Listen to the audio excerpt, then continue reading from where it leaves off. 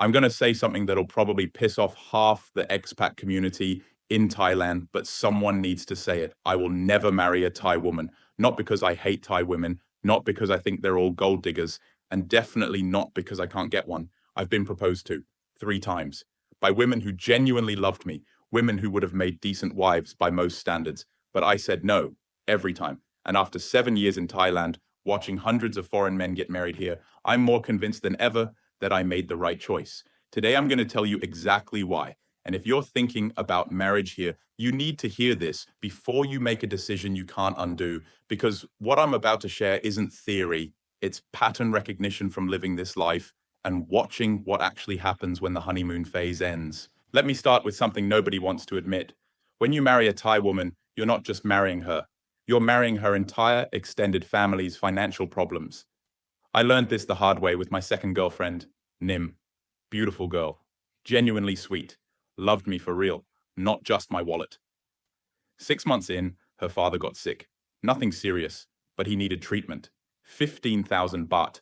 I paid it without thinking twice because I cared about her. 2 months later, her sister's motorcycle broke down. She needed it for work. 8,000 baht. Again, I helped. Then her grandmother's house needed repairs before rainy season. 25,000 baht. Then her cousin needed help with university fees. 12,000 baht. I'm sitting there adding it up one day, and I realized I'd become the family ATM without even noticing.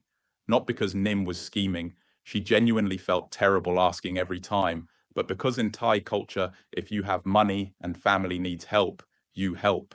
Period. And here's the kicker. This wasn't even unusual financial pressure. This was just normal Thai family life. Imagine what happens when there's a real crisis, like someone needs surgery or the rice farm fails. Now, multiply that expectation over 20, 30, 40 years of marriage, every family emergency, every business opportunity, every cousin's wedding, every grandparent's medical bill. It all becomes your responsibility. Most foreign guys aren't mentally or financially prepared for that level of obligation, and the resentment builds on both sides when reality hits. Here's something else nobody talks about. The language barrier doesn't just affect small talk. It affects the deepest parts of your relationship. I speak decent Thai, not fluent, but conversational. And even with that, I constantly felt like I was missing emotional nuances that only native speakers would catch. Thai is a high context language. So much communication happens between the lines, through tone, through what's not said. When you're arguing about something important, money, family, future plans, and you're both speaking your second language, you're not really understanding each other. I remember having a fight with Ploy, my third girlfriend, about her wanting to buy a car. In English, she said she needed it for work, but I could tell from her Thai friends' reactions that the word she used in Thai carried a different weight, more like strongly desired than required. These mistranslations happen constantly, and over years of marriage, they compound. You think you're having one conversation, she thinks you're having another, and both of you get frustrated because the other person doesn't understand. I watched my neighbor, Dave, struggle with this for 3 years before his marriage fell apart. They loved each other, but they could never quite connect on the deeper emotional level because the language barrier created this permanent layer of separation. And don't get me started on trying to explain Western concepts like personal space or independence to someone whose entire worldview is built around interdependence and collective responsibility. But the real killer isn't money or language, it's expectations. Most Thai women who marry foreigners have a very specific vision of what that life will look like. And most foreign men have a completely different vision. She's thinking stability, security, taking care of family, building something together in Thailand, maybe having kids who grow up bilingual and bicultural. He's thinking adventure, youth, escape from Western relationship drama, someone who appreciates him, maybe traveling the world together. These aren't necessarily incompatible, but they require serious discussion and compromise. And most couples don't have those conversations until it's too late. I know because I've had this conversation with dozens of married expats. The pattern is always the same. Year 1 to 2, everything's amazing. Cultural differences seem charming. Year 3 to 4, reality sets in. The differences start causing friction. Year 5 plus, either they've figured out how to bridge the gap or they're stuck in a marriage that satisfies neither person. The successful ones, and there are some, put in enormous effort to understand each other's worlds. They learn each other's languages fluently. They spend time with both families. They have long, difficult conversations about money, children, career goals, and what success means to each of them. But honestly, most don't do this work. They just hope love will be enough. And love is never enough when your fundamental assumptions about life are different. Here's something really dark that nobody warns you about. Once you're married, you're trapped in ways you didn't expect. If you're married to a Thai woman and living in Thailand, leaving becomes incredibly complicated, not just emotionally, legally, and financially. Your visa status is tied to your marriage. Your assets might be in her name because of foreign ownership laws. Your social circle is probably mostly her friends and family. If the marriage goes bad, you can't just pack up and leave like you could when you were single. You're financially entangled, legally complicated, and socially isolated from other options. I've seen guys stay in dead marriages for years because untangling everything seemed impossible. And I've seen guys lose everything, house, business, savings, in divorce proceedings because they never understood how Thai family law actually works. When you're single, you have complete freedom to change your situation if it's not working. When you're married, especially in a foreign country, that freedom disappears. And most guys don't realize how much they valued that freedom until it's gone.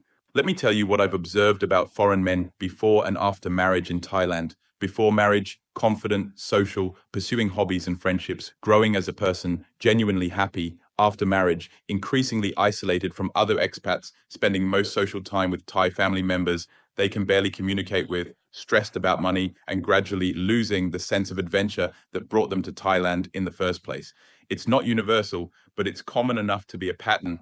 Marriage changes the power dynamic. When you're dating, you're both choosing each other every day. When you're married, there's an assumption of permanence that can make people stop trying as hard. And in Thai culture, marriage comes with very specific role expectations. The husband provides, the wife manages the household and family relationships. If you're not comfortable with traditional gender roles, this can create constant tension. I've seen foreign guys who are perfectly happy with independent, career-focused Thai girlfriends suddenly find themselves married to women who expect to quit their jobs and focus on family. And I've seen Thai women frustrated with foreign husbands who don't understand their obligations to extended family. The relationship that worked when you were dating can become completely different once you're married. And by then, it's much harder to change course. Now, I'm not saying Thai foreign marriages never work. I know couples who've been happily married for 10, 15, even 20 years. But look at what they had to do to make it work. Tom and Ratana. He spent 2 years becoming fluent in Thai before proposing. She spent a year living in Australia to understand Western culture. They dated for 4 years, lived together for two, and had multiple conversations with both families about expectations before getting married, Jim and Siriporn. They started a business together before marriage so they could see how they handled money and stress as a team. They agreed on a specific budget for family support and stuck to it. They alternate years between Thailand and Canada so she can maintain her career and he can stay connected to his culture. Mark and Wari, they went to couples counseling in both languages to make sure they could communicate about difficult topics. They wrote out their expectations for marriage, children, money, and family obligations before the wedding. These couples didn't just fall in love and hope for the best. They treated marriage like a business partnership and did the hard work to make sure they were compatible on every level. But most people don't do this. They get caught up in the romance and assume love will solve problems that love can't actually solve. So why don't I get married? Simple. I found something better. I have deep, meaningful relationships with Thai women without the legal, financial, and cultural complications that come with marriage. I can support my girlfriend's family when I choose to, not because I'm obligated to. I can leave if the relationship becomes unhealthy, and so can she. I'm not anti-commitment. I'm pro-conscious choice. Every day I'm with someone, it's because we both actively choose to be together. Not because we signed a contract, not because society expects it, not because leaving would be complicated.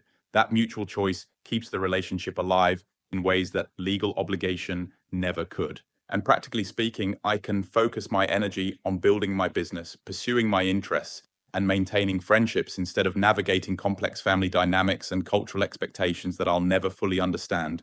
I'm not saying this is the right choice for everyone, but for me, the freedom to choose my level of involvement in every aspect of the relationship has led to much healthier, more honest connections.